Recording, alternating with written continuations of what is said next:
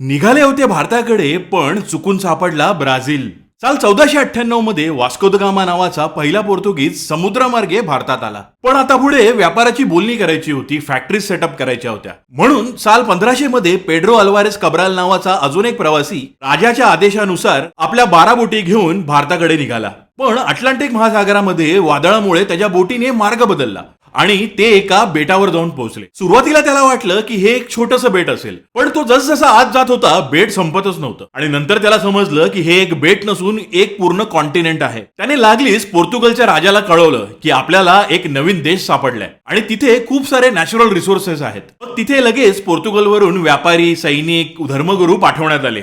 अवघ्या काही वर्षातच त्या देशावर पूर्ण कब्जा करण्यात आला आणि तो पूर्ण देश ख्रिश्चन करण्यात आला. आणि तिथे मुबलक प्रमाणात एक लाकूड मिळायचं, त्याचं नाव होतं ब्राझील वूड. आणि त्याच लाकडावरून त्या पूर्ण देशाला ब्राझील हे नाव देण्यात आलं. पुढची काहीशे वर्ष या देशाची खूप पिळवणूक करण्यात आली. तिथली नॅचरल रिसोर्सेस मिळवण्यासाठी, तिथल्या शेतात काम करण्यासाठी तिथली लोकल लोक कमी पडत होती. म्हणून आफ्रिकेतून 40 लाख लोकांना गुलाम म्हणून ब्राझीलमध्ये आणण्यात आलं. म्हणून ब्राझीलच्या फुटबॉल टीम मध्ये तुम्हाला पेले सारखी आफ्रिकन वंशाची लोक दिसतात आणि झिको सारखी पोर्तुगीज वंशाची गोरी लोक सुद्धा दिसतात.